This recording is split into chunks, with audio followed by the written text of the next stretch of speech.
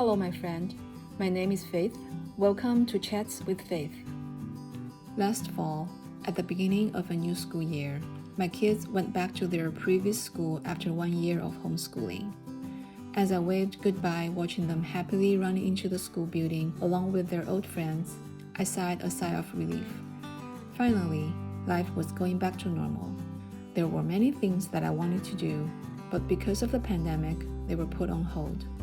As a stay-at-home mom, I had been hoping to work on something of my own, something I'm passionate about, such as writing, starting a podcast, or a YouTube channel. Now that I would have some time during the day, I could work on my plans and put my dreams to reality. Little did I know that, not only would I have to put my dream on hold, but also I was about to ride an emotional roller coaster and have a surreal experience in the next few months ahead. It all started with us wanting to buy a house. We moved from the Midwest to California several years ago.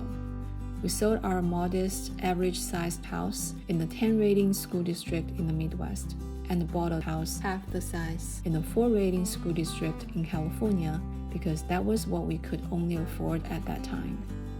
Needless to say, we had been dreaming of buying a slightly bigger house and moving to a better school district almost as soon as we moved in.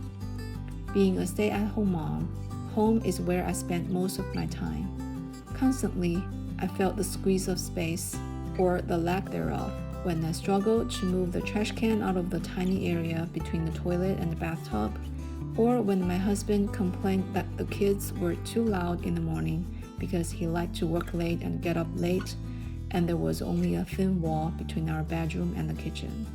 And there are other times when we talked to our families in China and wanted to invite them over. Then we're reminded that we didn't have a guest room for them to stay. Sleeping in the living room for weeks is not necessarily an appealing idea to our elderly parents. Those little things just added up. Our desire, particularly my desire, to buy a bigger house just grew stronger and stronger. Of course, the pandemic paused everything. We would have to think twice about whether or not to go to a grocery store in person, let alone go house hunting. But now that the kids went back to school and people were more out and about, I figured it was about time to take a look at the housing market. I would mainly be working on my projects, but I could just spend a little time along the way looking casually and waiting for a good deal. So I told myself. Very quickly, we got our pre-approval letter. We were pre-approved on a generous amount because of the historically low interest rates. But we were aware that what we were comfortable with was far below that amount. After we started looking, we quickly found out that the housing market was not hot, it was smoking hot. At first, my hope was to buy a relatively larger house in a better district. We quickly realized that we couldn't have them both. It's either a bigger house or into a better neighborhood. Even so, we might not be able to buy a ready-to-move-in house. We might only be able to buy a fixer-upper. The first house that interested us was an absolute fixer-upper. It was about the same size as our current house, but it was in our desired neighborhood. It had been a rental for many years. The seller lived out of state, so the house had never been taken care of. It was in such a condition that it needed to be ripped apart and remodeled inside out before we could live in it. But this could be a good opportunity to get into the neighborhood within our budget. So we decided to give it a try.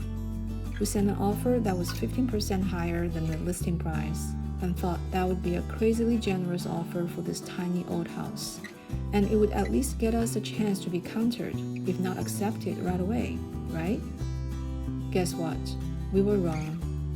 Our offer simply got ignored. We later learned that there were more than 30 offers and the final price was 30% higher than the listing price. The listing agent was over the moon happy. I'm sure the seller was too. We were speechless. There was no way we could win this bidding war. What should we do? At this point, we almost wanted to give up. Maybe that's what we should have done. But I couldn't help but keep on looking. A few days later, another old house showed up on the market. It is not in our first choice location, but it is in a better neighborhood than ours. years. What attracted me the most is that it is as big as our house in the Midwest. The seller's family lived there for more than 30 years.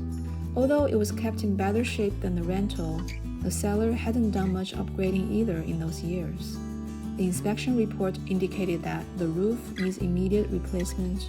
Although it did not mention any other major items that are in need of replacement, they might be soon down the road.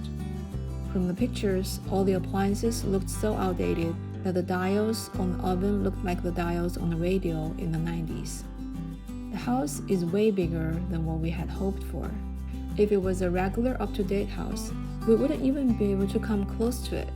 But since it was out of date and in need of fixing, the price fell to our range, albeit the very high end of our range. We decided to go take a look.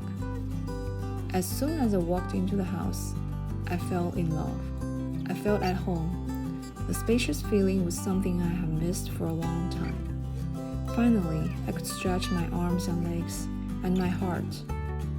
It reminded me of the low-stress life in the Midwest. I also loved the garden-like mature landscaping in the backyard with tons of trees and shrubs. Yes, it is outdated, but it was a solid build and was kept well. It was lived in by family and filled by love. Our agent found out that the seller was open to preemptive offer, which meant they would look at offers sent in before the announced offer date. Therefore, we might not need to enter a bidding war. After the last failed attempt, we didn't think the highest amount on our pre-approval would be able to cut it. But it doesn't hurt to give it a try. We sent in our offer and wrote a personal letter to the seller introducing our family. Maybe because we didn't think that our offer would be accepted, maybe because we got spooked by the bidding war, we didn't think twice before we sent in the offer. Mostly, we just wanted to try and didn't expect to win. It was hard to describe our feelings as we were waiting to hear back. We half hoped that our offer would be accepted and half hoped it wouldn't. We were worried that our offer wouldn't be accepted, so we would miss this house and would have to keep on looking. But we were also scared of what would happen if our offer were accepted. As we were waiting anxiously, our agent called. "This house is yours. Congratulations." I couldn't believe it. Agent told us that the seller received 6 offers by the time the first open house was over. Out of the 6 offers, they picked us. They didn't wait till the official offer deadline. They didn't counter. They just accepted our offer. I'm not sure why. Maybe because our offer is the best. Maybe they were touched by our letter. We'll never know. We were very happy and excited, but it didn't last very long. Pretty soon, the happiness receded, and reality sank in. What does this mean to our finances? This means we will be paying double the amount of the mortgage we are paying now to our current small house. This is a mortgage that we've never dreamed of and way higher than what we are comfortable with.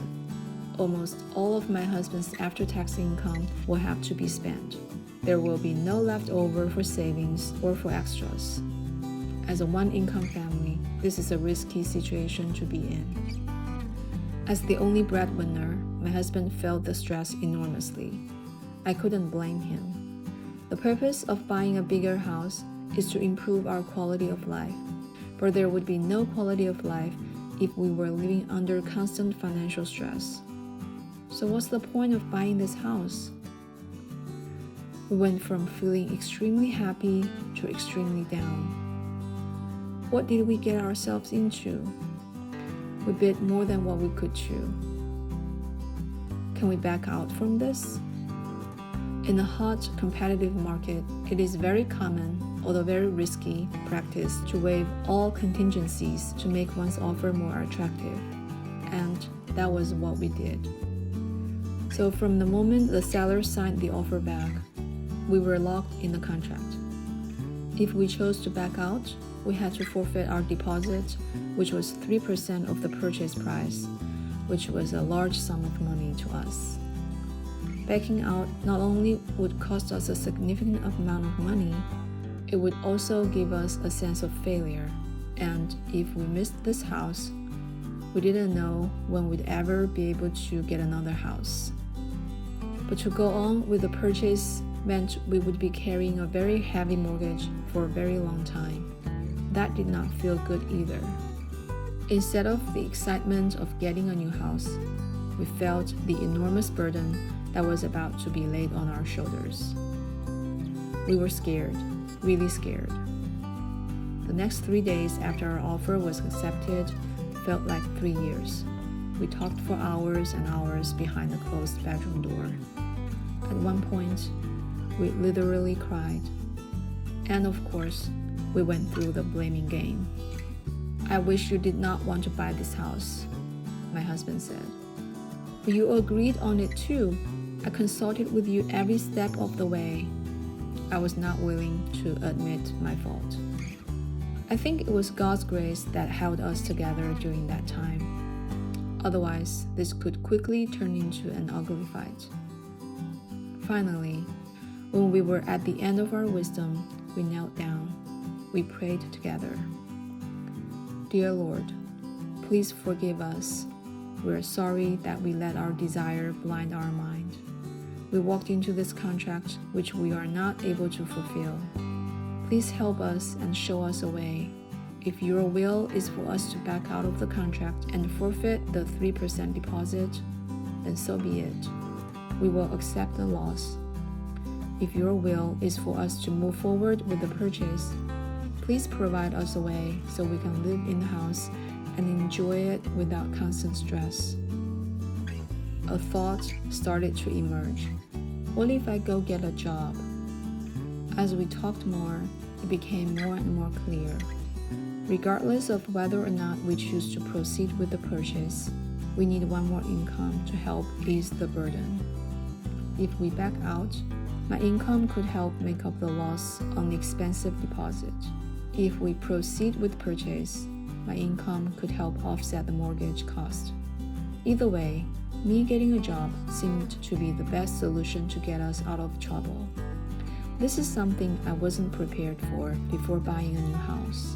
So many questions loomed in my mind. What should I do? I was getting ready to start my own project, which I believed was my dream. Now, do I have to give it up? What about the kids?